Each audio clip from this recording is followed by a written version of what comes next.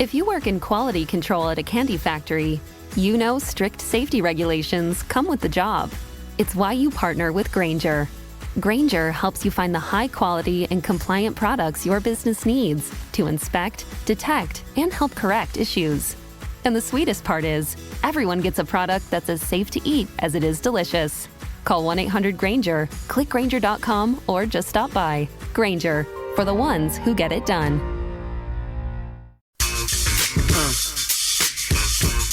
Check it out now. Thursday morning, January 2nd, 2024. It is the Beating the Book podcast MegaPod for Week 18 in the National Football League. The squirreliest of all weeks in the National Football League. Gill Alexander, thanks for listening. We have a lot on the line here. The 2024 MegaPod Handicapping Championship with Todd Wishnev nursing, caressing, fondling a 1.5 game lead over yours truly. Doing all kinds of horrible things with his lead. Todd Wishnev from his mom's Cork Attic in Pittsburgh, Pennsylvania, ladies and gentlemen, the star of the Showtime docuseries Action. What's happening, Toddy? What's up, Gilly? How are ya? And Will Hill, who, by the way, the reason we're 15 minutes late is because old prima donna Willie over here had to do something we like to call the Bear Bets pod on Fox Sports. Not acceptable. Unacceptable. What do you have to say for yourself? Gilly, what's going on? I apologize to everyone. I apologize to the nation. I think you should apologize to Dejanay Carrington and Caitlin Clark today for what you've done. I agree. We got college basketball too, so hopefully we don't distract Todd too much in this podcast so he can make his magic. Although I guess what you said, it's been a rough batch of beats, right, Toddy? Rough batch of beats. Every time I need no overtime, it goes overtime. Every time I need yes overtime, it goes no overtime. So we have the Charleston Southern Buccaneers going up against the Gardner-Webb Running Bulldogs. I'm sure Ace will have at least a first half and maybe some prop bets for us on today's ball game. Speaking Absolutely. Of which, ladies and gentlemen, one of the folks, along with Marco, one of the two folks upon whom the MegaPod was built, on whose shoulders it was built, co-hosted the show for 8 seasons, I want to say.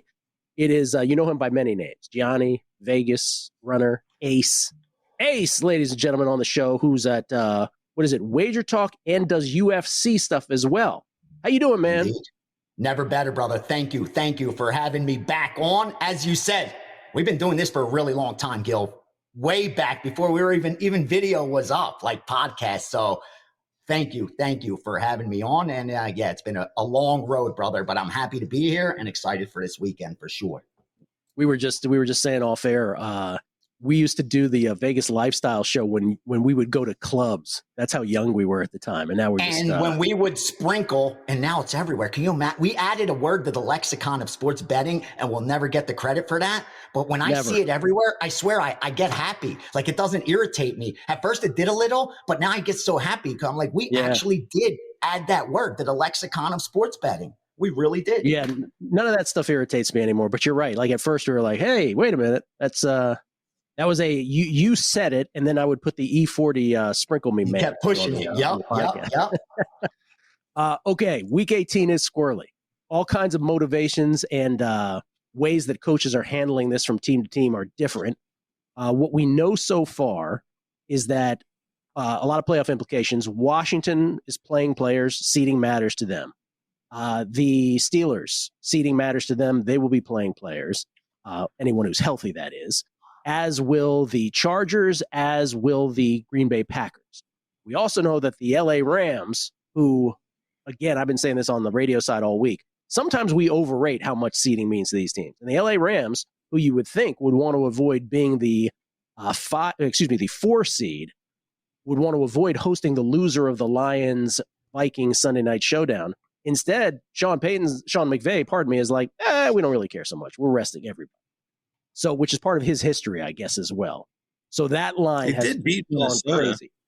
What's that?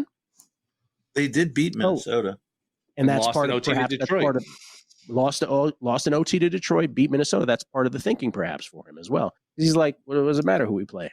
We're the LA Rams. We're awesome. Okay, are we going to do the records before we get into all that? update the record, sir. That's where I was going. Okay. So there's a lot going on here in the final week of the season. There's only 3 picks left.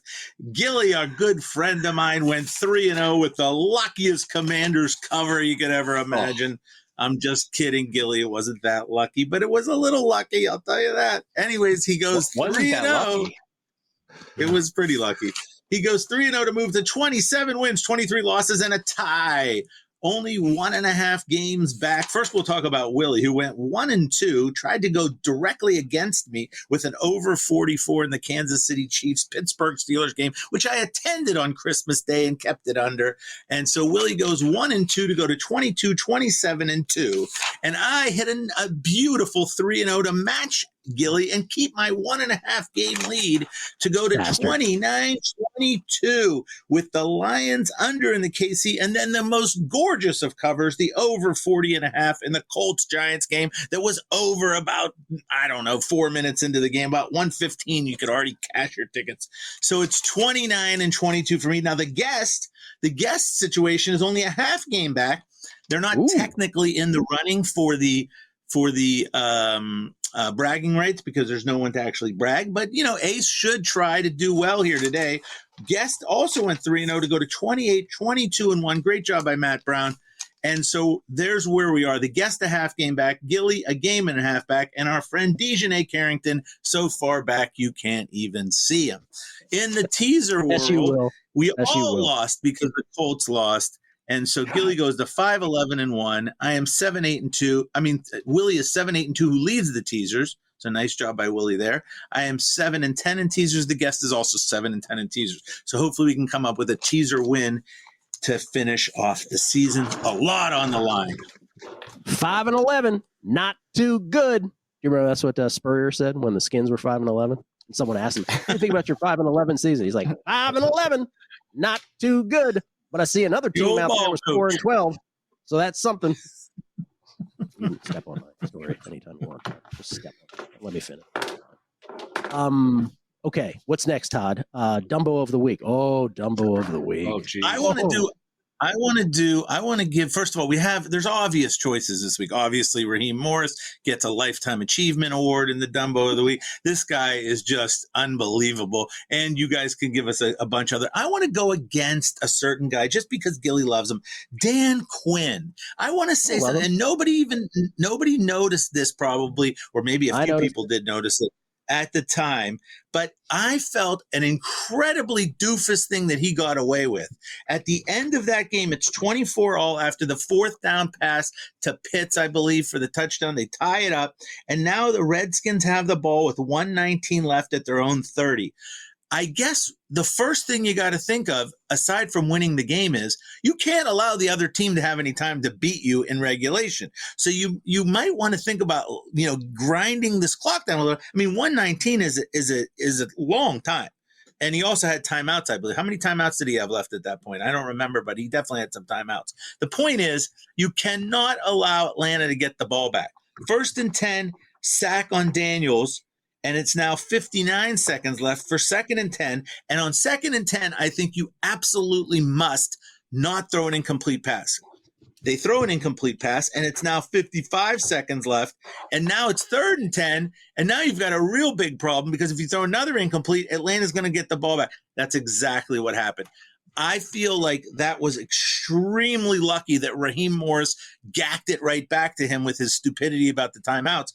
But I felt that was really, really underratedly dumb because, you can't allow Atlanta to get a chance, and he did.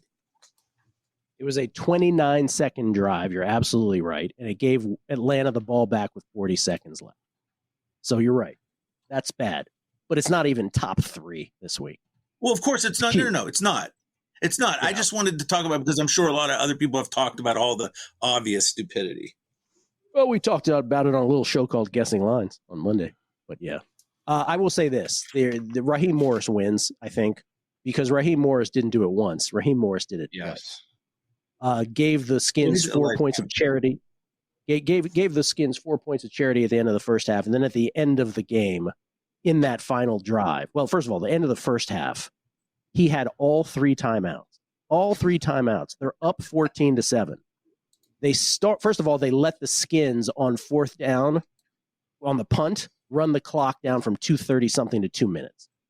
Then on offense, they run plays after the punt at 1:53, 1:18 left in the game. By the way, still has all 3 timeouts. Okay, 1:18, still 3 timeouts. That's a lot of time, but okay.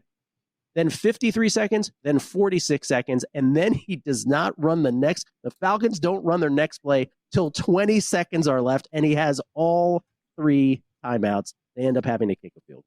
So that was from Washington 36. Gilly, that was from the Washington 36. They could have scored a touchdown. Oh, yeah, absolutely.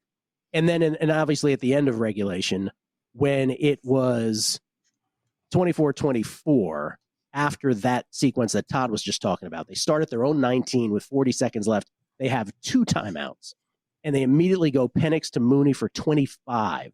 Morris does not use one of his 2 timeouts. So when Penix then throws the incompletion on the next pass, there's only 12 seconds left at their own 44. Then 7 seconds left on the next incompletion. They finally use one with a stopped clock there. And then they get the PI call on Michael Davis. So it sets up a Riley Patterson game-winning field goal, but from 56 yards, which goes way short. That is, what's the line from Anchorman? Not Anchorman. Was it Anchorman? Yeah. I'm not even mad at you, Baxter. You ate the whole wheel of cheese. That's incredible. Cost them the division too, because they were probably going to beat Carolina this week, and that's it. They're going to win the division. This that swings the division championship. And we do have to mention Zach Taylor too, who could have just taken these, kicked a 21-yard field goal straight on with about 10 or 15 seconds left and taking a 3-point lead. Instead, he's got to run a play, risk a holding, risk an injury to get from the 3 to the 1. Guess what? Chase Brown gets hurt. Denver is able to save a timeout, and then, what are we going to do? We can't burn all the clock. Let's score a touchdown, give up a touchdown. Now we're in overtime. Just a disaster there. Absolutely disaster from Zach Taylor. That was a hold my beer one, because then Sean Payton didn't go for 2 to win the game, right? He kicked an extra point to force overtime. What you really want to do is play an overtime against Joe Burrow. But a tie is as good as a win, and that one's at least debatable. Where a tie is as good as a win. I'm going to get the ball back. If I can get a stop and run out the clock, I get a tie in the playoffs. The not taking a knee is just incorrect. The other one is at least debatable. Well, I want to say this about the Zach Taylor thing, because you get the Lombardis of the world, and then everybody who mimics what he says because he has it in for Zach Taylor. You're right about that moment. He should have kneeled it. The correct play, the plus EV play, the most optimal play was kneel it, kick the field goal. They get the ball back with 10 seconds, 12 seconds left in the game. But I think people got the next part wrong generally, which is once they decided to run the ball, and shit happens when you run the ball, right? And what happens was, first of all, Chase Brown got bottled up, and he bounced off the bottle up, went 3 more yards, and got hurt. So you couldn't have anticipated an injury, but an injury happened. But once almost got dragged into the end zone. He almost got dragged into the end zone there. He came very close to scoring. That's right. But the part that I think people got wrong in general was that next part. Because a lot of people were giving them shit for then scoring the touchdown, which I don't think is correct. No, because at that point your choice was, we go up 7 with about 1:30 left or whatever it was, or I'll give you the exact because I don't want to get it wrong. The choice at that moment was maybe 140 versus 45 seconds, being up 7 versus up 3. It's you either go up 7 with 129 left or 3 with 45 seconds to go. So I actually think the 7 was the right play at that point. Once you fucked up the first part. Yes. So anyway, agreed. Todd, any in game before we get to this? I just wanted, instead of doing an in-game this week, because I didn't really have any in-gamey, stuff except for being an idiot and betting against Trubisky to get a touchdown and McKee to get a touchdown when both teams were up by 1,000. We've got a new thing now in the NFL. We try to score on 3rd and 14 screen passes when we're winning by 1,000,000. Okay, I think I'm done with that whole angle. I just wanted to talk about a little prop bet that I thought was interesting that hit. Tajay Spears was going to play instead of Pollard for the Titans this week. And the Titans, if you looked at their game log, Pollard was getting 1 billion yards in any game that was close. In all the games that weren't close, he wasn't getting anything because they were behind by 1 million. They were throwing all the time. So you had to think that his backup was also going to get a lot of yards because he wasn't going to, they're playing, who they played this past week? It was somebody crappy just like them. I forget who they played. Jags. Jags. Right, Jags, right. Okay, so you knew the game wasn't going to be a blowout. You're going to get those carries to Spears, and you had Spears at 60 yards. And if you notice, Pollard always got like 80, 90, 100 yards in games that were close. So I thought that was an interesting angle where you could look at something that was kind of hidden in the stats because obviously you're not going to know what Spears is, but now Spears is Pollard. Right. And if you look at what Pollard did, what's the difference between Pollard and Spears? It's not like Barry Sanders and me. It's, it's not that different. Right. It's about the same. Like most you're of these pretty good, backs. Yeah. Well, that's pretty good. But, that's only on the belly play when I played at Army. I was very good. Spears is kind of underrated too, by the way. I think I like Spears. Yeah, so I just thought I'd talk about that one just because I thought that was an interesting thing where the stats were kind of hidden on that one. But if you knew how to read between the lines, you could come up with a winner. I like it. All right, before we get to best bets, I have a procedural question that only applies to Week 18 and me being a game and a half behind you. Do we still do the same order where we snake and then you can play game theory and just mimic one of my picks?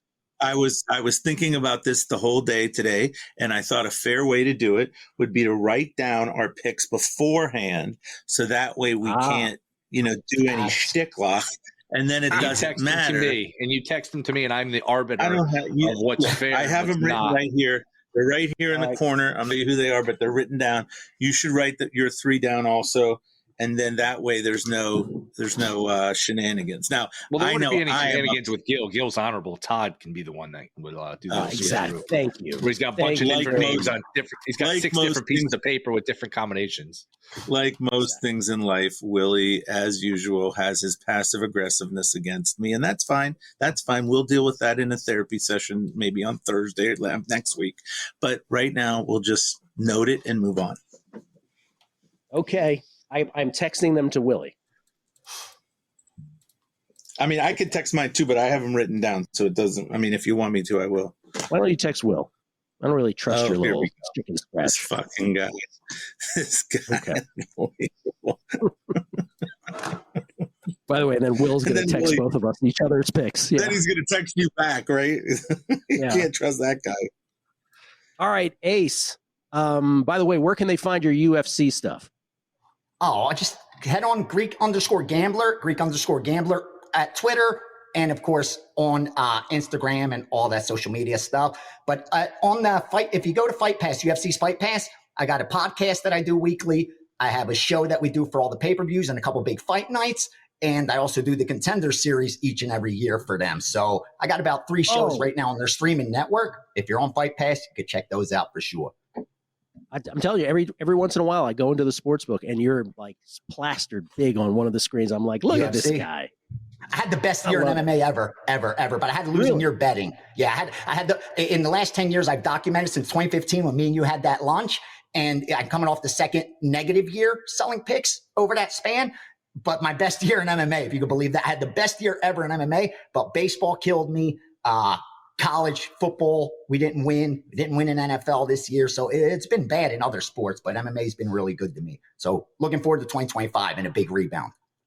Yeah, NFL, like our records, like Todd's record for being in first place. I'm impressed, though. Is a pretty big achievement because this has been a rough year. Gil, it's been the outlier year, not to slow the show down or interrupt you. It's been an outlier year everywhere as far as favorites. Favorites over 70% hit in the UFC. That's much higher than their average as far as the favorites go, because it's actually third in major sports in underdogs winning outright. I think it's Major League Baseball number 1, NHL number 2, and MMA is number 3. And yet over 70% of the favorites won this year. And you saw the same thing in the NFL. I think there was a week that they were talking data that go back 20, 25 years of results where favorites have not done so well over a span of time. Like since week 15, I saw favorites have never won so much. During one particular week, favorites never won so much. So it's been an outlier year. The fact if you're profitable this year in NFL as a sharp bettor who only looks for plus EV bets, it's impressive, man. I'm impressed that you guys are positive. Really. Yeah. By the way, and we started the season with all dogs. If you remember, we said our favorites ever going to win. After the first couple of weeks, it was all dogs. And then big dogs too. You see it in Survivor, right? The first 5 weeks was the most carnage ever, 98+% gone in Survivor. And then the last 5 weeks, barely anybody. Evan Abrams from The Athletic used to, I think he's been on this podcast before, used to be at ESPN, had that tweet where he said the only favorite since week 13 of 6 points or greater to lose outright was the Colts this past week against the Giants. Wow. And then Ben Fawkes since week 13, since the same week, I want to say favorites are like 70+% ATS. It's unbelievable. So it really is. There you go. All right, Ace, you know how this works. I don't have to tell you the format. What's your first best bet, sir?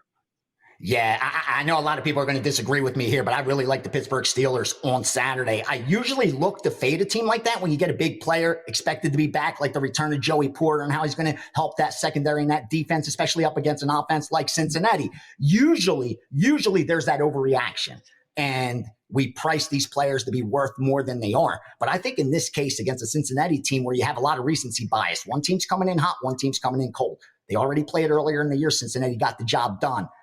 I think Pittsburgh's being extremely overlooked here. I think no home field advantage seems to be factored into this price. I know the line's dropped. I'm not getting as good as the opener, but that was a money line bet for me from the beginning. I think this is a game Pittsburgh does win at home. So give me the Steelers in this first one. I really like the Pittsburgh Steelers on Saturday night to shake some things up going into Sunday. By the way, Tim Lawson, Megapod historian, texting in, since joining the Megapod in 2012 as a co-host, Ace has only missed one season on the podcast, 2019. He was perfect co-host attendance, from 2012 to 2018 and a perennial guest 2020 through the 2024 season. Thank you. I took pride in perfect attendance. I never missed the Megapod, sick or whatever. Even back then, I used to go out every night almost too. So it didn't matter whether straight from going out, Megapod never missed, brother. Perfect attendance. Do you remember when Marco's, we were on Skype in those days, when Marco used to drop out and used to say, and used to go on this rant about how Marco was getting something to eat. Going for a little snack to the fridge, going to the fridge for a little snack. And I don't want to go off track real quick, but I do want to add, nothing's changed over the last decade, Gil. The hustles are still the same. So if anybody wants to listen to Megapod from back then on what to do when you're coming to Vegas, nothing's really changed. The game's the same. Don't get trick rolled while you're here. Have a good time, and enjoy Vegas. Kickbacks with the taxi drivers, that kind of thing. Okay, about the Steelers though. Again, the Steelers play on Saturday, so the Steelers right now inhabit the number 5 seed in the AFC. If Baltimore wins before, Baltimore clinches the AFC North. Baltimore is now like a 19-point favorite as we came on air here against the Browns, so they're obviously expected to do that. But that doesn't mean that Pittsburgh has nothing to play for. Pittsburgh wants to keep that number 5 seed so that they get to go to travel and play Houston, the number 4 seed. Houston right now seeming like they're the team in the worst form of any team headed into the postseason. So that's the incentive for Pittsburgh in that. And it's the Bengals. You can't forget there is that rivalry with Pittsburgh in the Bengals. And Pittsburgh's beaten that team, 4 of the last 5 times? And I think they were a dog in half of those games, and they won the outright. So I think Pittsburgh shows up on Saturday, Gil. Bengals need to win and have both the Broncos and Dolphins lose for them to make the playoffs. The perennial, what's the proverbial team no one wants to face in the postseason? Yeah. Toddy, what's your number 1, dude? We're nursing the 1.5 game lead. I'm going to go down a similar place to where Ace is talking about in the north side of Pittsburgh, Pennsylvania, and Acrisure. They call it Acrisure. It used to be called Heinz Field, and that. The parking is very expensive. We all have talked about that ad nauseum. But I will say this. It's going to be cold. It's going to be cold in Pittsburgh, Pennsylvania on Saturday night. I'm looking at temperatures in the high teens. That's pretty cold. I'm looking for an under 48. Wait, am I seeing? Oh, it just popped up to 52. I'm going under 52. No, I'm just kidding. 48. I'm going under Don Aaron Acrisure. Last game between these two teams, it went way over. Now, I know all about the Bengals. Great offense, bad defense. They're 10-6 to the over. They're the over team, very big over team, horrible on defense, give up 1 million, score 1 million. However, it's going to be 17 degrees out. Try throwing the ball down there to Chase whoever or whatever the hell, Higgins, whatever the guy you got over there. I don't care who they're throwing to. You got 4,000 people down there. You're trying to throw the ball to. You're going to have a hard time. It's only 17 degrees at. Okay? Not in, at. It's 17 degrees at. It's freezing downtown. North side will be even colder. It's going to be tough to throw the football. I'm thinking under. I'm thinking the Pittsburgh Steelers are going to line up and say, it's cold. We're a cold weather team. We're going to run the goddamn football, and we're going to win this goddamn game 24-17. Under 48 in the freezing cold. Man, I hope you have an oxygen tank, Andy. You okay? All right. Did I mention it's going to be cold? I think that came up. By the way, we were talking about this morning on radio. DraftKings, speaking of, like, it used to be with week 18 or the last week when it was week 17, week 16 before that, used to have a lot of correlated parlay opportunities.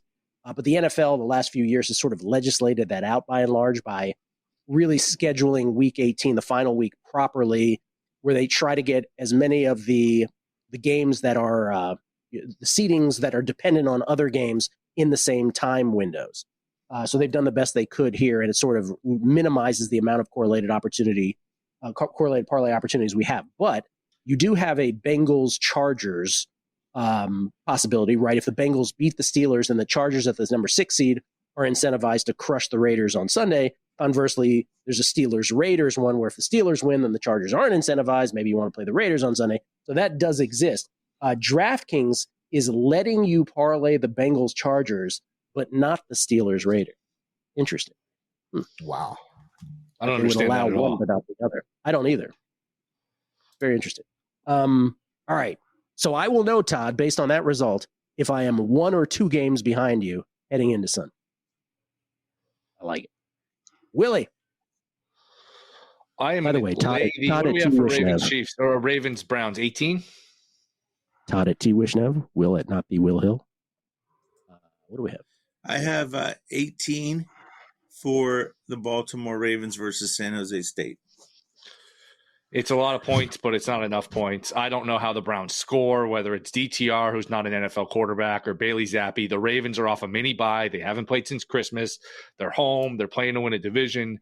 The defense has played a lot better the past few weeks, and I regretted not picking them against the Giants when it was a similar spread a few weeks ago.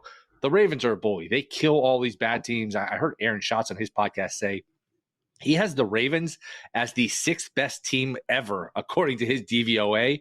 So I know, Gil, you've mentioned, hey, they're the best team in the league, according to your power rankings for quite some time. I think this has, 30-3 written all over it. Of course, you worry Ravens pull their guys or a backdoor score, but I don't really worry about a backdoor score with these quarterbacks for Cleveland.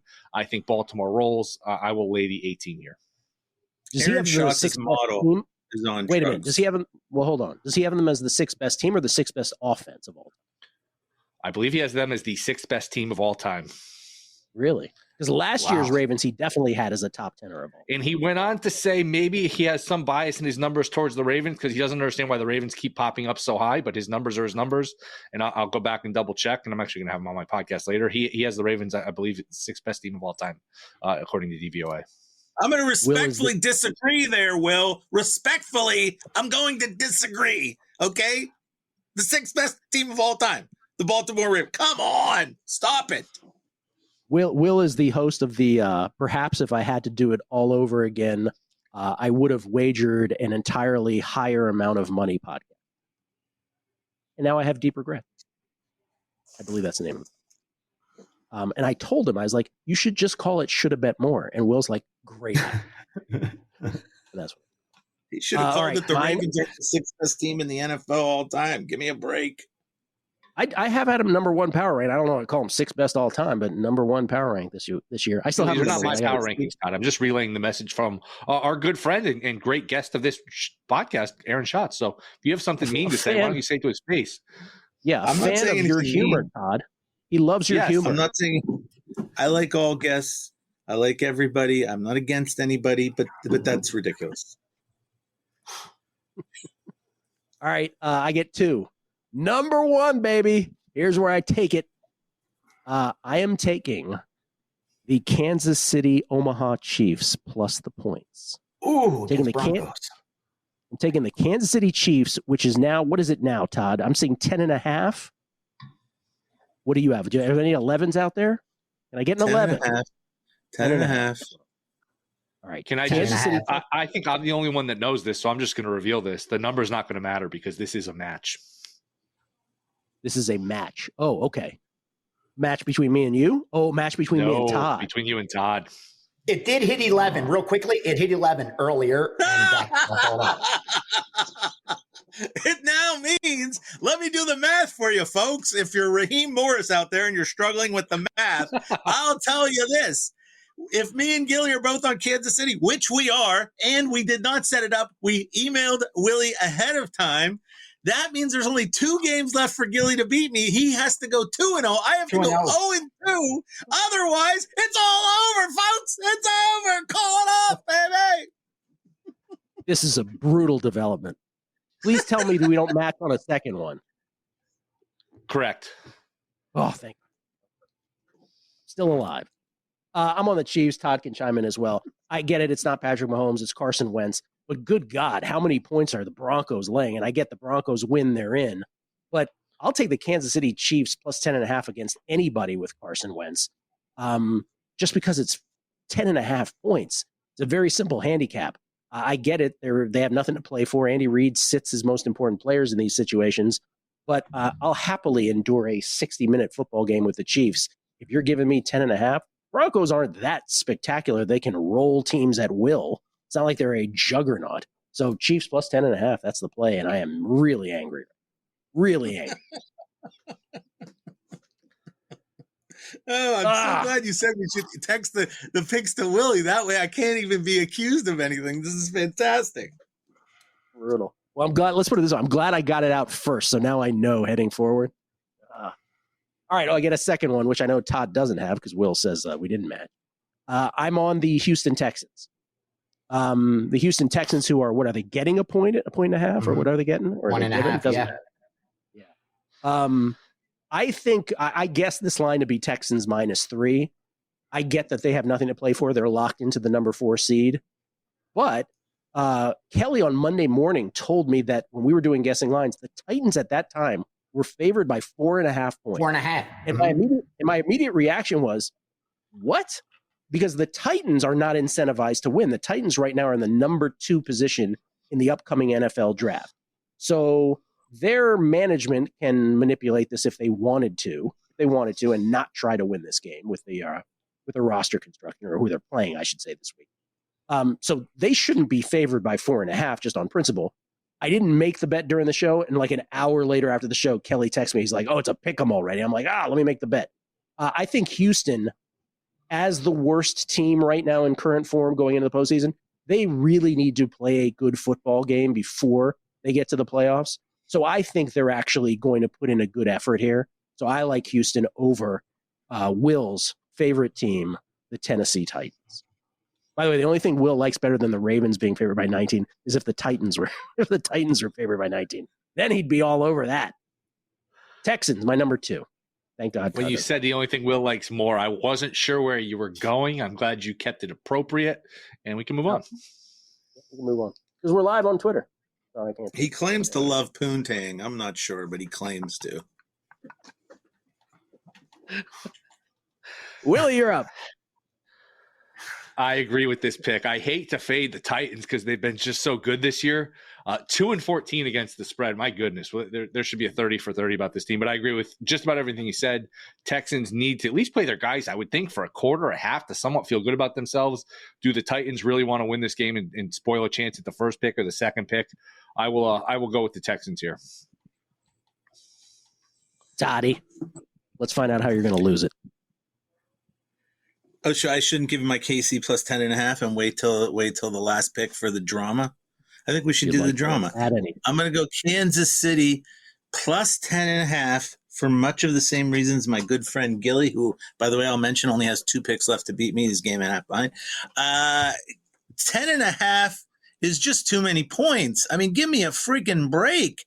Carson Wentz is going to want to go out there and try to – remember Carson Wentz has that great play where he just throws it up deep and they get a pass interference every time when he was on the Colts?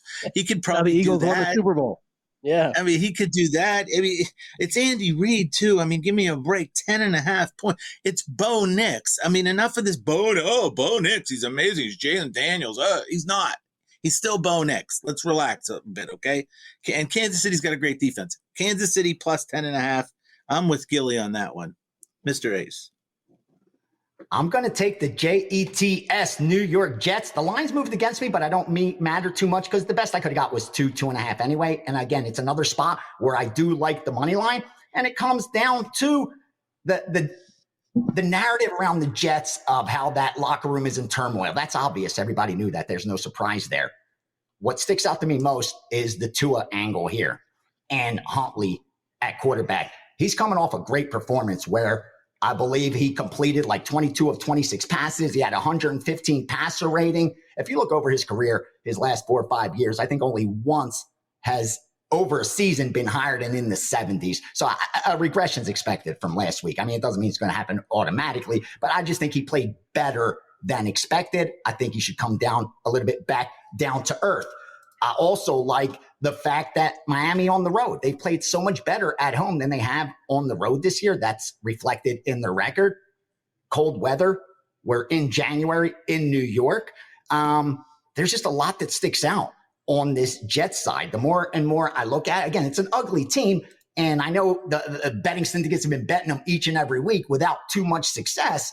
But I do think this is a spot for them at home where they can beat this Miami team traveling, coming off those back-to-back wins. Again, I think more recency bias, I look for that where the Jets are coming off some losses. They gave up 40 points last week, but I think their defense is better than that. And you have a Miami offense that is bottom, 10, 12 in the NFL without Tua, which hasn't been confirmed. I think the Jets stay in this game. I like the Jets to get the W at home. Maybe the most amazing thing about playoff scenarios this week is if the Dolphins win and the Broncos lose, the Dolphins it doesn't even compute. Doesn't even register that the Dolphins could possibly be playing in the playoffs. I don't know. I've just mentally written them off like 3 or 4 different times. Yeah, I totally agree. I don't even think about them. And yet they are actually ahead even if they make the playoffs, they might not let them play the game. They might just say, you know what, I know you qualified, but you know what, you're staying home. We're just going to, vacate the spot or something. You can't go. And Cincinnati needs the Dolphins to lose in addition to the Broncos. Right. So Miami's actually ahead of the line of Cincinnati, who everybody feared. Maybe we should warn people that they don't just bet on this, who needs this, who doesn't need that. Like me and Gilly are taking Kansas City plus 10.5 because we've watched week 18 about 20 years in a row, and it never goes down. There's no free money, folks. There's no free money in the world, and and a corollary to that is there's no free money in the National Football League. So if you're standing in the book and somebody says, "Oh, well, this team needs it and this team doesn't need it," but it doesn't mean it's going to happen. Very often, the opposite happens. I can remember multiple times Tomlin rested everybody and had like third stringer guys in, and they were like getting 1 billion points, and they won the game outright. It happens all the time. So don't go too over your skis with that. One addition to that, I was just say quickly, you can't rest everybody. It's not like a college team where you have 90 guys on the team. Like, all right, you get your quarterback and a couple key offensive linemen, a couple ski guys, maybe your best defensive player, a couple of skill guys. You don't have, there's 53 guys on a football team. Just do the math. You can't rest them all. Like, you got to play somebody that matters. And as Dr. Bob says, if you're in a must-win situation, you must not be that good. Which I love. Yeah, great point. Great point. Yep. Who we at? It's Ace's turn again for his third. Once again, yeah. Oh, yes. I love this board. I know I say it a lot, but I think this last week board, especially with the way these lines have moved, there's just too much sticking out at me. Wanted to point out real fast, I was going to jump on the Saints. That got hit at 14. I don't have 14 anymore, so I'm not going to use it just for that reason, because I think you will be able to get 14 when we approach the weekend. Now it's down to 13.5. All that talk with the win, and you win the NFC South with the Bucs, you're paying for that. And what happened in New Orleans, I think we will get an effort from that team on Sunday. Instead, I'm going to go with the over in that Chiefs-Broncos game. I'll go over 40. I don't know if it's 39s are still out there. I'll go over 40, no problem at all. 40. Yeah, it's at 40. That's no problem. That's no problem at all. Obviously, the talk is the Broncos need the win for the playoff shot. That's why they're double-digit favorites. And all the talk about the starters are not going to play. Even some of the backups is the rumors. Like they're going to sit some backups or something. Like we'll touch on how can you sit everybody? You just can't do that. You don't have enough players to do that. I like the fact that we're looking at two of the top 5 defenses, more or less, in the NFL. I talk about that a lot. I think it's the perfect storm for an over, because usually there's the overreaction. 2 good defenses, low scoring game. So you're going to have to adjust that total towards that bias. But 2 good defenses, a lot of time, forced turnovers, forced short fields. There's special teams involved. Like it doesn't automatically give you an under because you got 2 good defense. So I have that going for me. And I think I like the recency bias of Kansas City having coming in with a lot of overs. I think 4 of their last 5 games have gone over. When you look at the head-to-head matchup between these 2 teams, they played in November. They only put up 30 points. Last year, both games went under the total. But I think we're overreacting because if you look at those numbers, they were 47s, they were 45s. Now we're down to where it opened at 38.5. So the market has become more efficient as far as this matchup goes and the total. And I think we could take advantage of the over this late in the season. So let's go over 40 in KC Denver. Guest chair, trying to win a championship, even though we don't count it. Should not be by the way, ignored. That brought me to a point that I was going to mention before when we were talking about in-game. And Ace, you probably could weigh in on this. I've noticed a lot in college football and in pro football, when you get these line games that are very low-line games, like, for instance, New York Giants last week against the Colts, which I won in the first 10 minutes, it was like a 40.5. And the reason it was a 40.5 was because the Giants were expected to not be able to move the ball at all. But if you had watched any Colts games, right, you saw the Colts give up like 30 points, a ton of points to Tennessee, in a backdoor situation. And everybody scored on the Colts. So I don't know if you notice this, but if you get points early and you get teams moving the ball in low-scoring line games, I like to go over those in-game because it means that something's wrong. And as soon as you saw that the Giants could move the ball, that 40 and I got it like 42.5, but still, it's just too low. That game is lined that the Giants can't do anything the whole game. Well, if they drive down the field once or twice, you're like, wait a second, something's wrong here. And I've noticed that in a lot in like Big Ten games where you like UCLA against Nebraska, or, they have these games that are lined like 39. It's like ridiculous. If teams can move the ball, it's not going that low, so I don't know if you guys have noticed that. If I could chime in, why I love that approach, Todd, is this. Everybody's looking to do the opposite. What we're looking to do is look for a team that's a 10-point favorite that's down a touchdown, or looking for, a dog that's up for us to fade, something along those lines, or teams that scored a lot early. You're expecting it to slow down in the second half. You're doing the opposite. You're saying, I'm seeing it in front of my eyes. I see the data also reflect the line was off before the game started. Like that was wrong based on what is happening in real time. And then you're looking to take advantage. You may get a point worse than what the close was, but it doesn't matter because now the game's not being played like that line reflected. It's being played completely different. So who cares if exactly the line's off what the close was? It may look like you're getting 2 points worse, but are you really getting 2 points worse? Probably not, because that 40 close should have been 44 anyway if it played out the way it's playing now. So I like that approach, and it makes sense to me. Sorry. It's like Charleston Southern, who was an underdog today, but they're up by 10, so they're only winning 6.5 on the live line. Now up by 12, 36-24, Toddy. Just mentioning that, Tom. I almost went over 65.5 first half, but I backed off because not both teams were in the bonus. Wow. Only one team was in the bonus. That's why he's the not first distracted. time in Wishnev history that you chickened out on a bet and it lost. I don't think that's ever happened before. Has that ever happened? That's true. Usually when I chicken out on a bet that wins like 85% of the time, it's unbelievable. By the way, that 85% number is documented at major places because I call them up and I go, I like this, but I'm not betting it. And then they say, oh. Third party tracked. By the way, in a related note, Todd, crypto up today. Todd is the king of. He thinks I got lucky. Bet is happening, but doesn't make it. Yeah. Oh yeah. No, I'm definitely the king of that. I'm definitely king. No, but I was right about the ETFs were going to make it easier for people to get into. That was a good call. I have to say that, and the fact that I didn't make any money on it, and Gilly made a fortune. That's what we're talking about. I pick it, don't make money, and then it wins. Of course.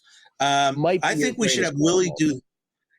I think Willie should do his third pick first, and then we do like in golf, the guy furthest away from the hole, that kind of deal. So, Willie, why don't you do your third? Gilly, would you agree with that? That's a good way to go. I like it. Sorry, Will. I am going to go. It's your podcast, Todd. Whatever you want me to do, I try to help. I try to help the less fortunate hosts out there. Detroit, Minnesota. I will take the 2.5 with Minnesota. I just think by far the worst unit of the four. I haven't picked Minnesota a lot. I've actually picked against them more than I've picked on them this year. I just think the worst unit of the four by far is the Detroit defense.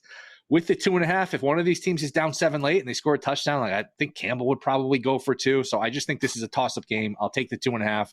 I think Minnesota's defense is more capable of getting stops. Detroit's defense has been hideous the last month or so. I mean, they are a bottom of the league defense since all of these injuries started to accumulate. Green Bay carved them up, should have won. Buffalo scored 1 million points on them. Even Chicago had like 400 yards of offense. And then San Francisco moved the ball up and down the field. Minnesota's going to score a lot of points here, and I'm going to take Minnesota plus the 2.5. I retract the shot. Will is not a homer when it comes to betting. Sounds like a homer pick to me. But I will say this: when I watched the Lions on Monday Night Football, I thought to myself, how is this team going to win the Super Bowl? There's no defense whatsoever. I mean, this is unbelievable. You can't win the Super Bowl with a defense like that, can you? The only possibility would be if they win this game, they get the bye, and they get some of these guys healthier. They can lick their wounds, and they can just be 2 home wins away from a Super Bowl. But your point is one I completely agree with. You can't be this bad on defense. 56.5, I believe it's the highest number of the year. Am I right when saying 56.5? Bills Rams was close. Or no, it was Bills Lions was close, but I think it closed under 56.5, but it was close. I mean, 56 is a real thing to go over. I mean, to go over 56.5, that's more than 28, 1.5 and 28. That's a crazy number for an NFL game, just so we're saying.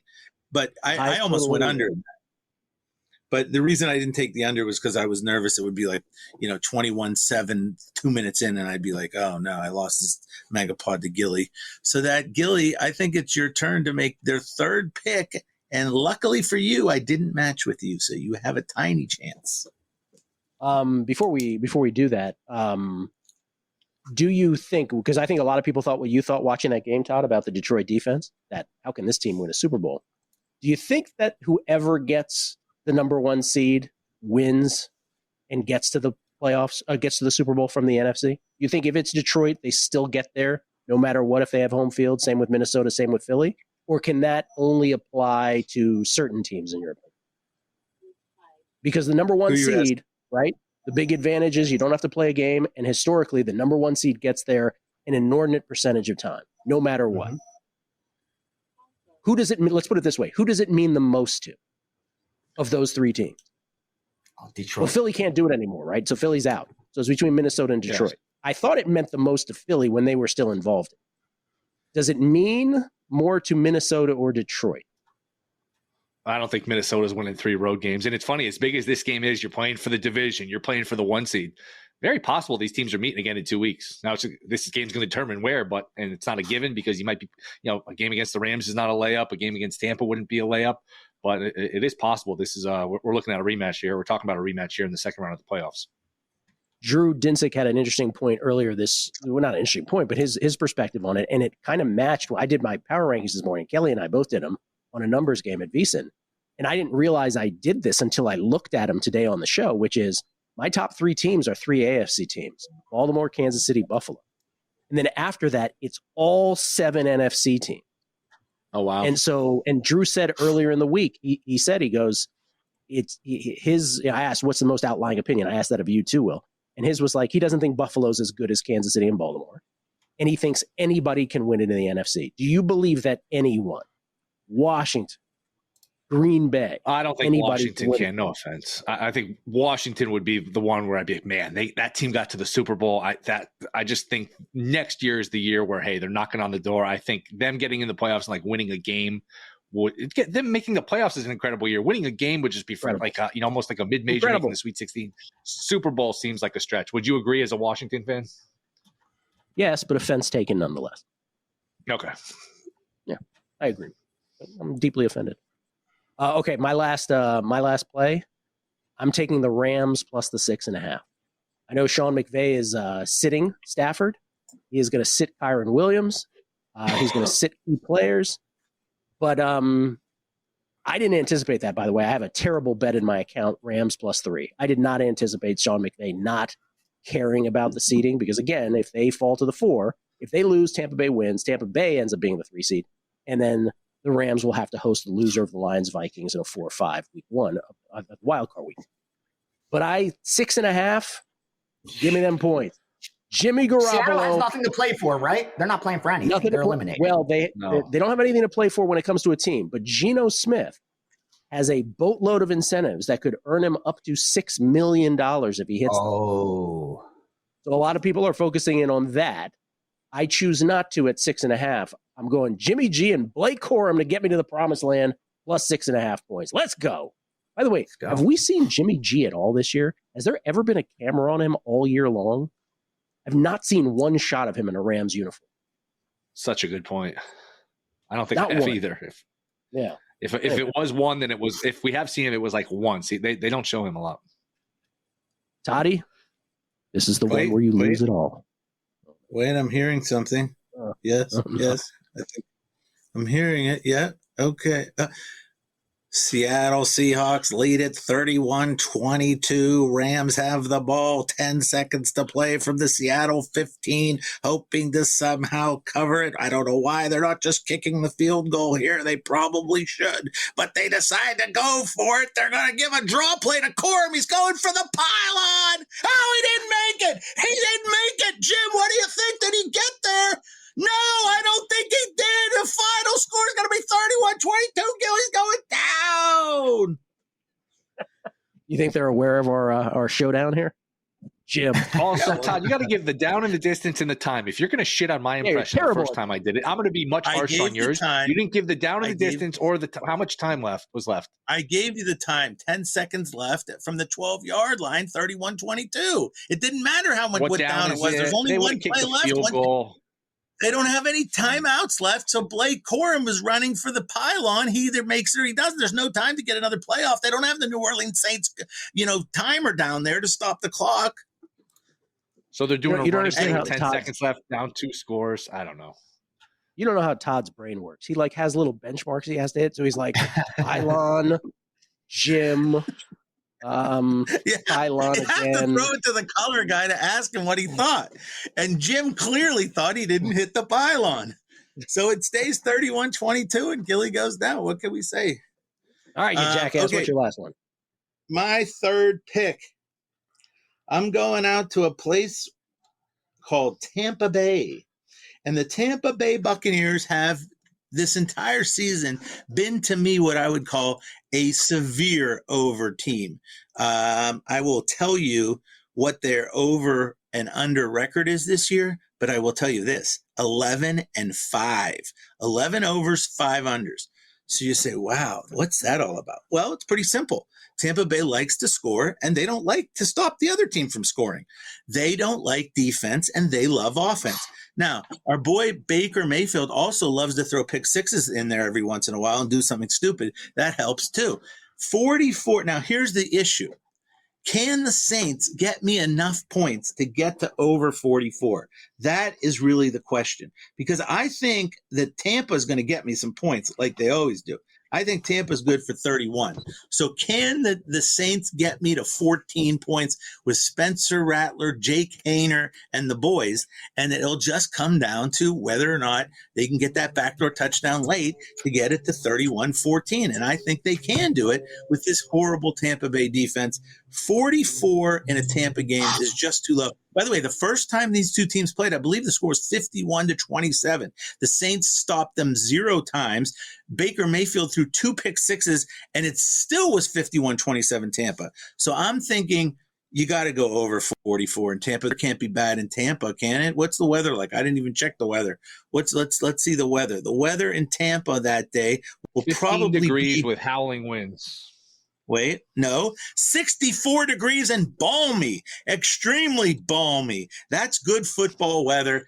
I think we can get over 44. Give me over 44 for the championship against my good friend Gilly. Now, the thing is, just do the math at home, folks. If Gilly goes 1-1 on the non-Kansas City picks, he can't win anyways. So I could back into the title possibly. I mean, you think he's going to get Texans +1 and Rams +6.5 home? I don't think so. We have a tweet. Nice thing about doing this on Twitter is we get live tweets of the podcast. This is from Buddhist Man, who says, "There's no doubt in my mind that Todd listened to a numbers game today and roadblocked Gill with his Kansas City selection." I think he's right. Cut that out. I told you he was going to pick up on that. I told you before. I was talking to Todd beforehand, and Todd goes, "I've been listening all week. I know what Gilly's going to pick, so I'm going to pick the Chiefs." That is such a lie. I told you he'd catch on to that. You guys are better than this, or maybe you're not. No, I thought you were better than you're this not. kind of nonsense. You all know I don't listen to ANG except on Fridays when I like the guest lineup. So you all know that wasn't the situation, and just cut it out, okay? You don't like Bill Krackomberger and Drew Dinsick, and you're offending Will Hill as well. Will Hill. Do you think I can just willy-nilly? I have nothing to do all day and just be turning on ANG. I mean, I'm a very busy person. I got stuff to do. I got naps to take. I got meals to eat. I got stuff to do. I got to take a dump every once in a while. I mean, give a guy a break. This is a truth-telling podcast, so just tell the truth. You listen Friday so you can learn from Steve Fezzik and become a better. Well, I prefer Rass and Dr. Bob over Steve, but that's, I was going to say. You really nice job checkmating him, though. Very well done, Will. Take your little finger and hit submit on the under. I like Felica, actually. I like Felica the most. Over Fezzing Dr. Bob. By the way, I'm texting with Dr. Bob. Dr. Bob making his return. Dr. Bob says, "I got nothing to talk about." I was like, "Let's just talk." He goes, "Okay, I'll tell you what I think about the semifinals." There you go. Dr. Bob on the show. By the way, how about that non-targeting yesterday? Oh, horrible. Everybody talked about that. How about the 9-1 I gave out on a numbers game, and the quarterback was like an inch, probably crossed the goal line, but then he drops the ball, and they gave him, they played it in between. They're like, "Oh, we'll just call him short." I was so close. That was like a $5,000 swing for me. Jeez. What was that? It was Scatterboot. Wait. The was Washington quarterback on New Year's Eve, Damon Williams, 2 rushing touchdowns. He had one, and then he dove for the goal line for the second one. And the Todd's famous pylon, he dropped it. Looked like he crossed. We didn't have a straight down the line look at it. And I had a feeling they weren't going to give him to him just because he dropped it out of bounds. That was Hashem at his finest work there. Jeez. Hashem. He said Hashem. I like that. First of all, what are you doing, Brent? What are you, Brent Musburger? You're picking college quarterbacks to get 2 touchdowns? Gilly asked me at the end, he goes, "Do you have any bet you haven't talked about?" And I thought, this kid, he's 17 years old, by the way, true freshman. He's athletic. I saw him. He's 9-10-1 to get 2+ rushing touches. That's worth a shot. We'll take a shot here. And damn, I almost got home. That was a tough one. One quick thing. Scatterboot pushed off on that touchdown. Clearly, it was offensive pass interference. Now, of course, they don't call offensive pass interference. It's not really in the rule book. But it was clearly. Someone brought that up on Twitter. But, okay, pass interference is always the most super subjective thing in the world. Probably did pass interference, right? But targeting has a literal language, right, associated with it. And we've all watched 1 billion college football games. And we all know what targeting is. By the way, SVP had a guy who talked to one of the officials, and he said it's clearly targeting. By the way, the Doug Gottlieb opinion of, it's targeting, but you don't call it at that point in the game, is the most brain dead shit I ever heard. That's how about Miami against Cal? Do you remember the Miami Cal game where the Cal guy literally had his head torn off his body? His head was hanging off the body, and they didn't call targeting. Literally was hanging off his body. It was unbelievable. They didn't call targeting, and it cost me too. What's amazing is it literally happened, and not enough was made of that in the newspapers after the game. But I only bring it up to say that if Bert Auburn doesn't doink that field goal right after, let's say he makes it. I think the way we would be talking about this today is, what the fuck are we watching? Why are we betting on this? This is all rigged shit, right? Like, that would be rampant all over the place today, and perhaps justifiable, to some degree. But thankfully he misses it, and it's like, okay, good. They can all win it on even playing ground again, because I think we dodged a major bullet with that. I just think that, or whatever. Totally agree. And if it's by the way, if it's 4th and 13, regardless of what the bad calls were, it's 4th and 13. Just get off the field. The game's over. 4th and 13. Come on, way man. too easy. Way too wide easy. open too. Yeah, it's not. Jeez. Yeah. Brutal. Has anyone ever thought of just dropping all 11 into coverage on those spots? I don't think you see sometimes they rush 2 and drop 9, which, hey, you're probably not going to get home with 2 anyways. Anyone even tried, like, of all the games we watch, we talk about how many games we watch, how many situations we've seen, just drop all 11? Would that just make it impossible? Would there be too many bodies to, like, complete a pass? I think it's at least worth trying.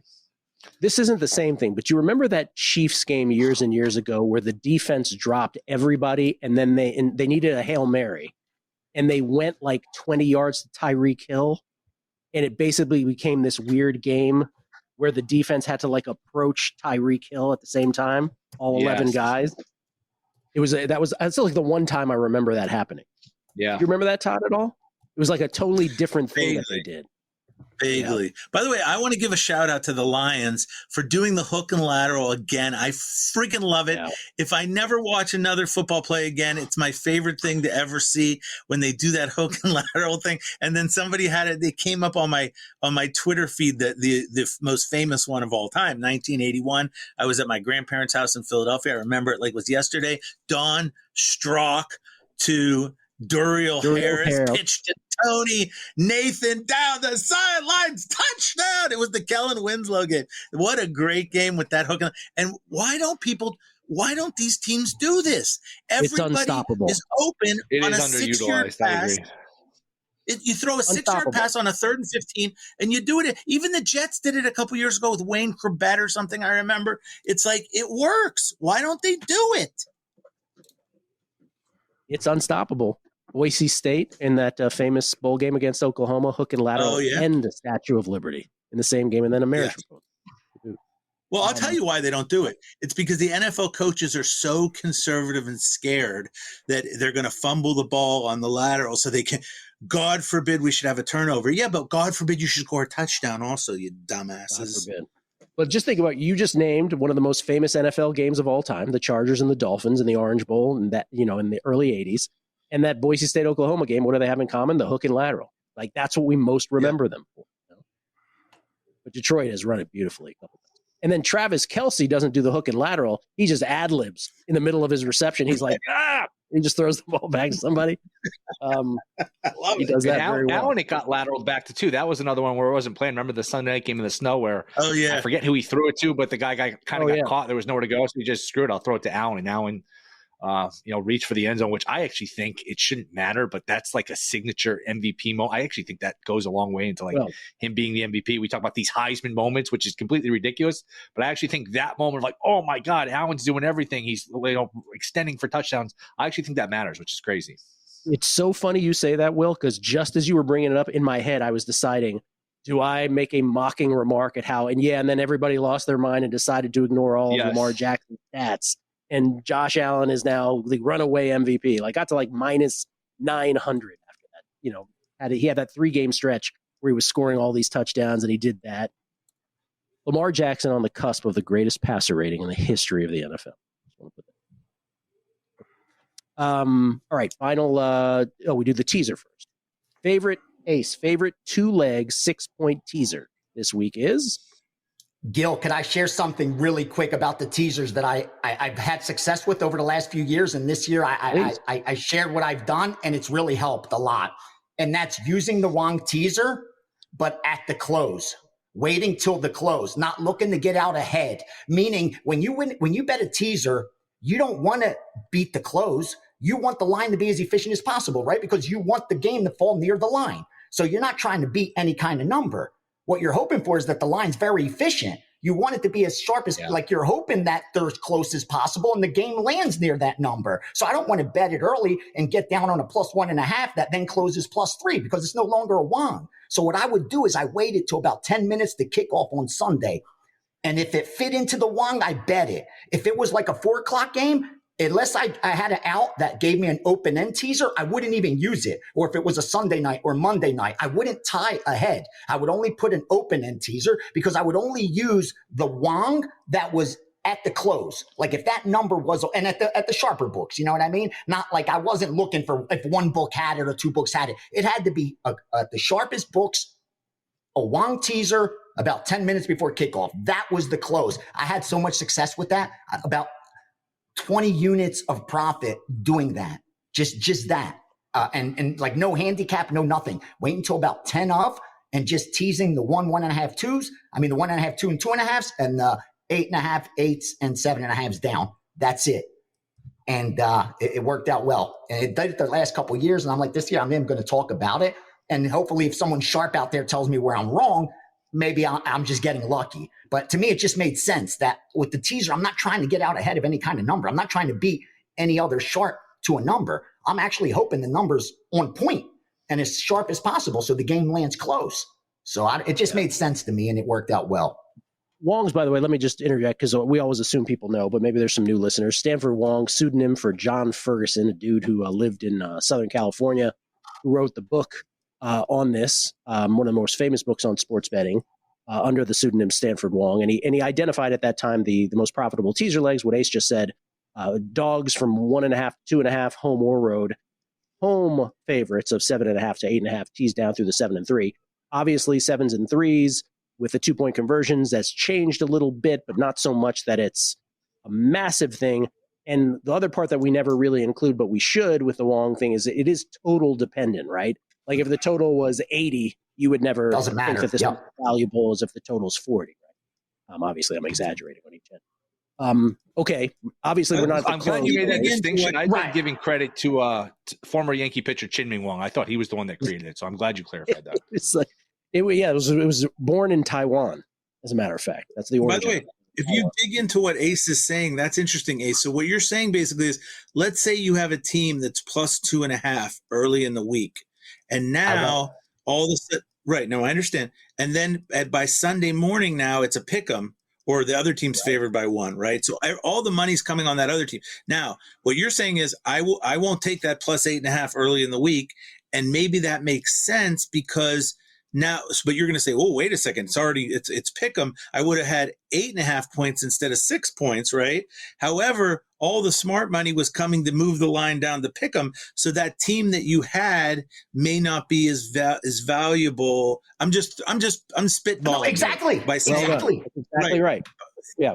It's possible that that's what's kind of going on there, maybe, and that's why those weren't as lucrative. Whereas on the other side, if it was pick and then it goes up to 2.5. Right. So now you're getting, what are you getting? You're getting the favorites, the sharp side, and you're teasing the dog. You're going opposite the sharp move that way. Right. But on the other side, you're going with the sharp move. So I guess it depends. It's interesting, though.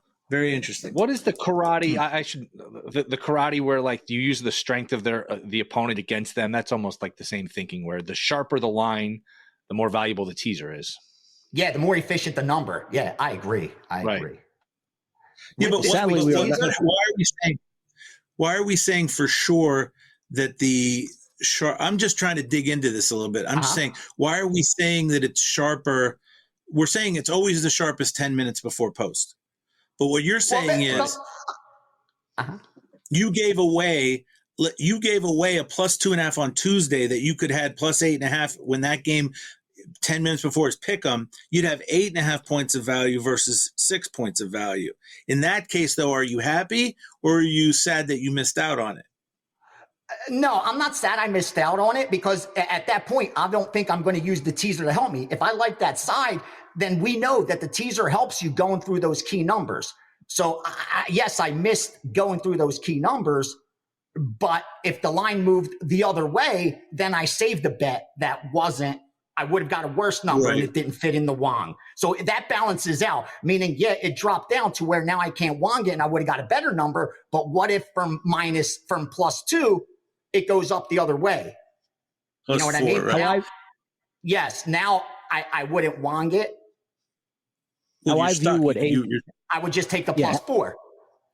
How I view what Ace is saying, Todd, as because you're saying it correctly, Todd. Like in some cases it helps you, in some cases it doesn't. Right? Is what you're saying, Todd. And so what I'm getting from Ace is that he is getting the best of half of it and willing to let the other half go. Is that correct? Yes. So I'm not guessing. Like, I don't want to guess. There's no handicap except for the total, like you touched on.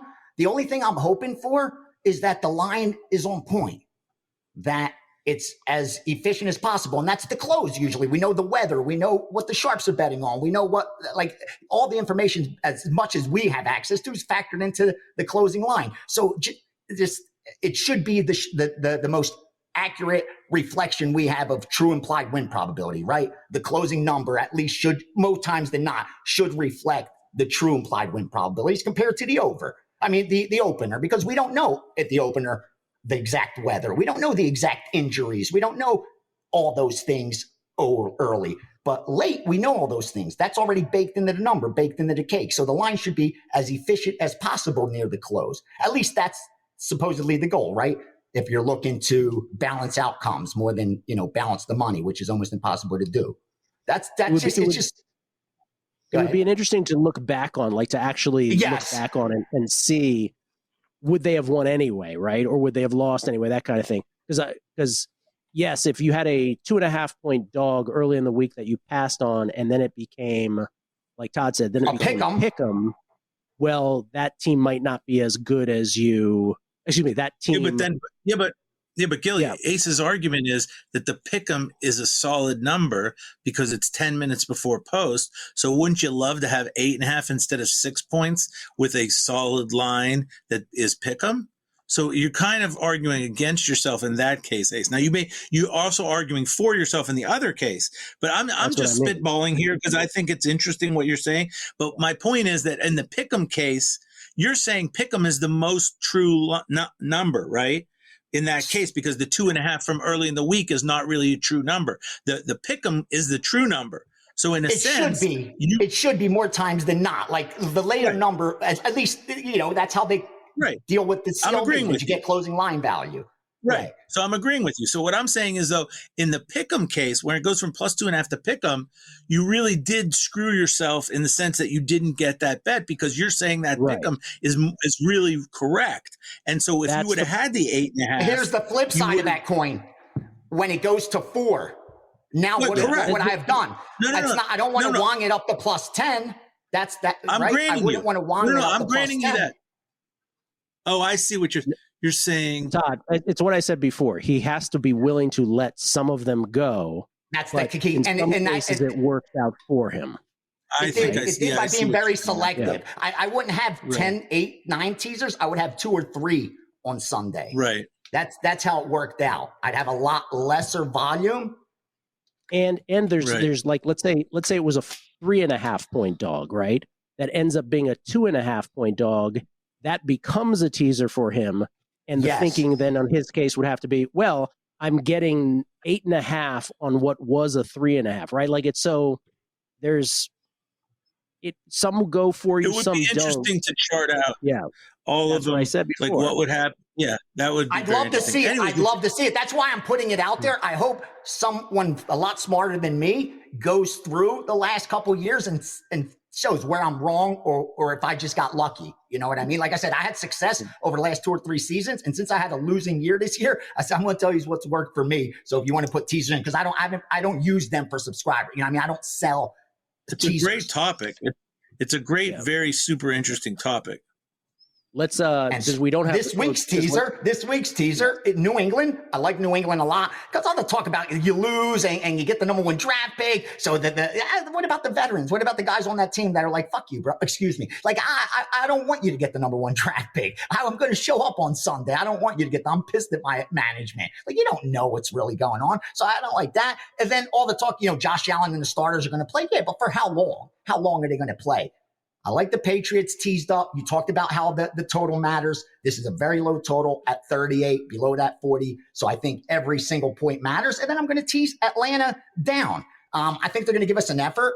You have a ton of injuries on the Carolina Panthers defense. You got Bryce Young, who's starting. Give me the Atlanta Falcons to get the W at home as well. It sounds square, but it's in that one. Take it down to 2. Toddy? By the way, it's funny that you what Ace is saying, but if you remember in great annals of Megapod history, not your great season last year, but 2 years ago when I won by a half a game and you keep whining about DeMar Hamlin, if you guys remember correctly, Fezzik and all you geniuses said there was no way Lovie Smith and Davis Mills could beat some other crap team they were playing. They weren't going to try. And I kept saying, no, these guys are going to try. This isn't like the NBA. These are NFL players. They're going to try. So 4th and 20, Davis Mills hits the guy for the touchdown and they win the game. And I had a great laugh at their expense in that one. How do you have this memory, bro? Have you never drank or done a drug in your life?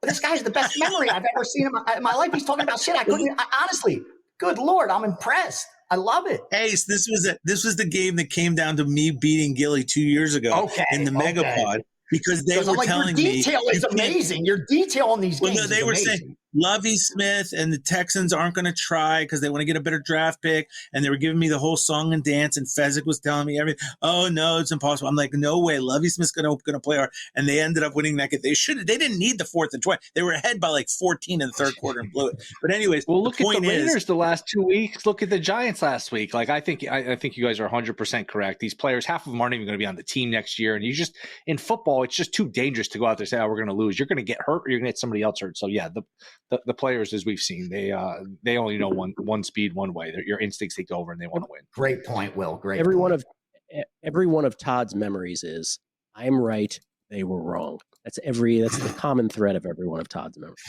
Every damn one of them. The problem is there's so many of those. That's the problem. It's very difficult.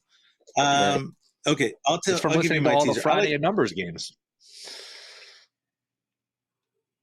Well, the first thing is I quickly look and see who's the guest on Should Have Bet More podcast. And if it's not Caitlin Clark, then I move on to another podcast. That's how I do it.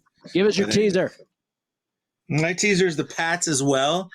I'm going to say one word why the Pats can't lose by more than 8. One word.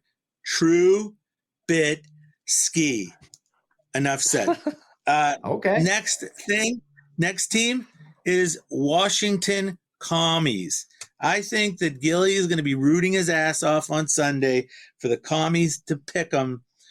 All they got to do is win the game. If you lose to the Dallas Cowboys, don't even show up here for the Megapod next week, okay? Because we will be laughing our asses off if those Commies with Joe Gibbs and Barry Bonds and all the rest of the people you love lose to the Dallas Cowboys. Not going to happen. Commanders pick them. Thank you. They were -4.5 just 24 hours ago, I believe, on the first, and now they're up to 6.5. So definitely agreement with you. A lot of sharp money. I'm going with the new Ace system. I'm a little worried about that game, by the way. A little worried. Ooh. Willie? 1.5 for Pittsburgh and Cincy. Wait, no. What are you talking about? We have Steelers at 2. We gave Ace 2 on the Steelers. Absolutely. Steelers up to 8. And what do we have on Falcons? Is Falcons 8.5? Yeah. I took them at 2, about -2. All right, Steelers, Falcons, pretty easy for me. I think the Steelers, if nothing else, with a mini bye off a 3-game losing streak. Tomlin, you can forget the give up punts, which have been just an epidemic for him the last month. He's a motivator, gets his teams to play hard. They're home. They're going to want to win this game, so they'll keep it with an 8, I would think.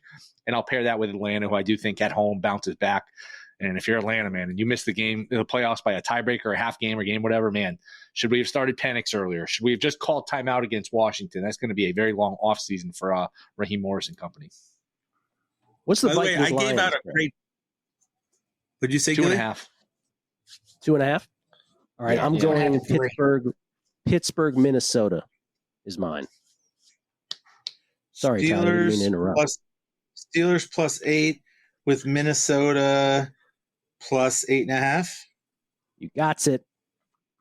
By the way, last week, if Yins were watching, on my Twitter, I put up one of the best prop picks I've ever made. We were standing in a refreshment line on the 500 level, and it was a long line, and I said, look, you got to take it. It was Roethlisberger under 2.5 touchdowns, -310. Now, granted, I don't like giving out -310, but I didn't even see Roethlisberger throw one last week. You said it was a long line? It was a long line. That is like half Pittsburgh, half Third Reich. That's what that sounds like. By the way, I will say this. The Steelers Stadium is the most ridiculous stadium. The lines for the concessions are so long, and you can't even walk around in the concourse because it's all jammed up, and the people don't want you to cut the line. They think you're cutting the line. It's like a log jam. It's incredibly poorly designed. How many people are screaming, what's this and that? They're saying, hey, we're trying to go down Permane Brothers and get ourselves a sandwich, and now you can't even walk around in your seat. What's going on down there? Nat. All right, final two questions of each and every Megapod. Ace will remember these. The first of which of the big favorites is the most likely to lose outright? The Ravens, 19-point favorites at home against the Brownies. Buccaneers, 14-point favorites at home against the Saints. Packers, 10-point favorites against the Bears. Broncos, 10.5-point favorites against the Chiefs. Wow. Falcons, 8.5, let's call it, point favorites hosting the Panthers. And those are your choices. We are not going below that. Wow, those are huge. Which of those, Ace, if I came to you for the future and I said one of those teams lost outright, one of those favorites, which is it? I almost wanted to say Green Bay, but the fact is they own Chicago, so it really doesn't matter what they decide to do on Sunday. I mean, we haven't gotten a confirmation on playing time, but I really don't think it matters. And so I'm going to have to go with Kansas City. I mean, you look at the team, you look at the matchup, you look at the history between these two. It's except for the fact that they have nothing to play for, except for the fact starters aren't playing. That's why this number is so high, coupled with the must win for Denver, which puts so much pressure on them. Give me Kansas City. I think they may look to ruin Denver's attempt, and they've owned them in the series, winning 9 of the last 10.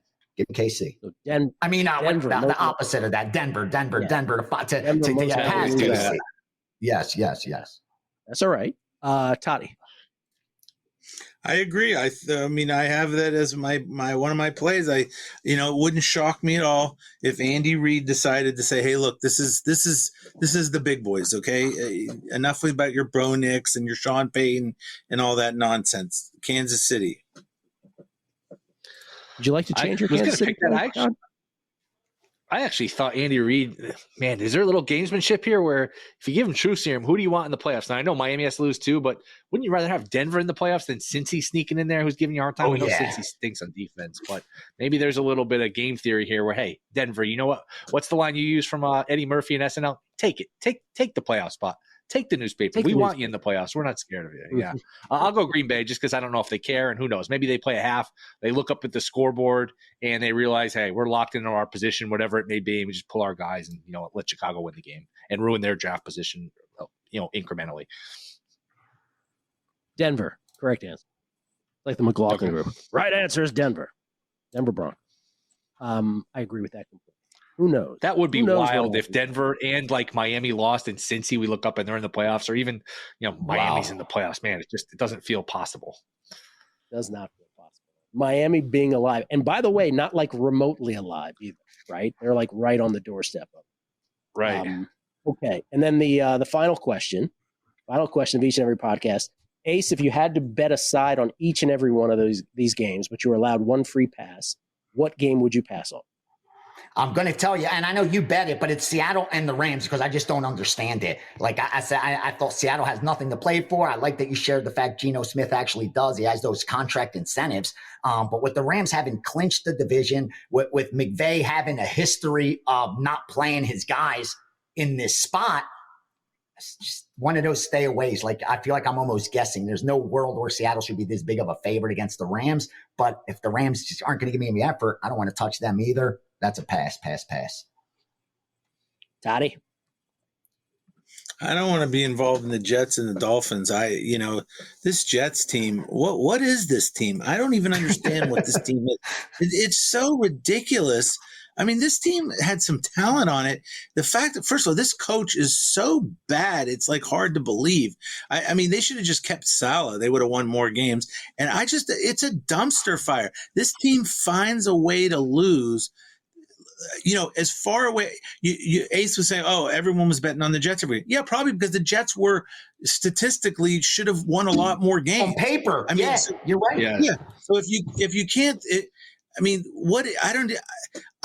have we ever seen a team be so off from what they should have been? I mean, they should have at least been like an 8-9 team or 7 and 10. They're a disaster. And then Miami, you're going into that stupid stadium. By the way, you can't kick a field goal in that Meadowlands. It's ridiculous. The wind is swirling around and everything. I don't like it at all. You guys can have fun with the Giants and the Eagles. I want nothing to do with that one. That's my game. There's a lot of choices here, man. I'm going to say Niners-Cardinals. Niners-Cardinals, because Cardinals have nothing to play for now. And the Niners have the greatest substitute quarterback of all time when he comes into a game. When the starting quarterback gets hurt, Josh Dobbs, the greatest come into a game quarterback of all time. Well, apparently when he has a week of practice, he just sucks. So, yeah.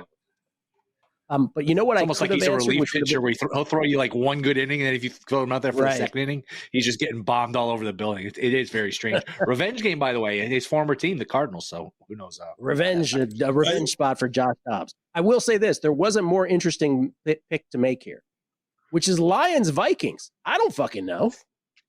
I have no idea. Yeah, the most meaningful game of them all. I really don't know, man. If nothing would surprise me about that, nothing at all. Including like a double-digit win on both sides would surprise me.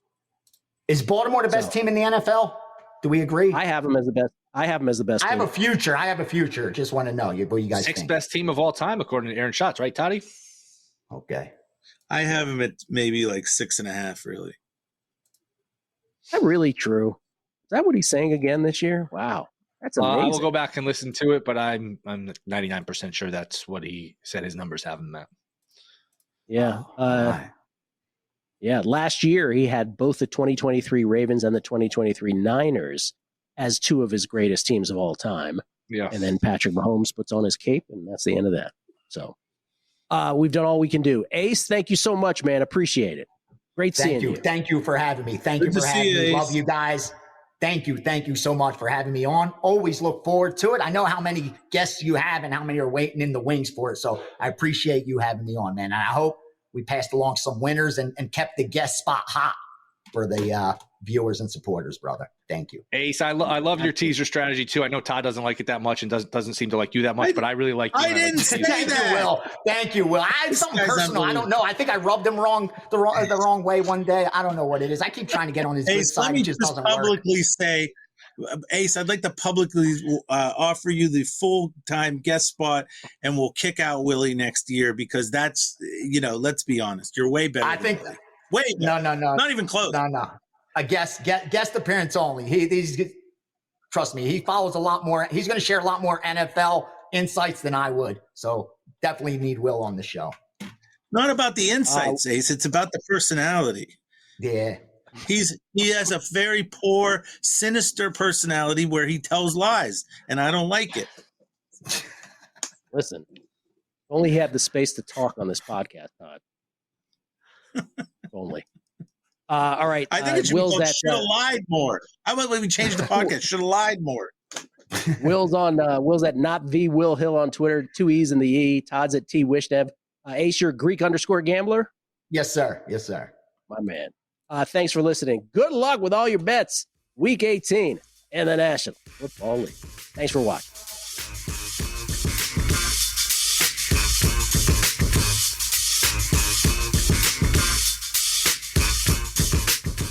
For the ones who get it done, the most important part is the one you need now. And the best partner is the one who can deliver.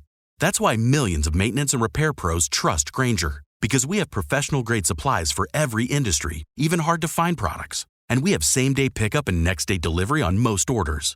But most importantly, we have an unwavering commitment to help keep you up and running. Call, click Grainger.com, or just stop by. Grainger, for the ones who get it done.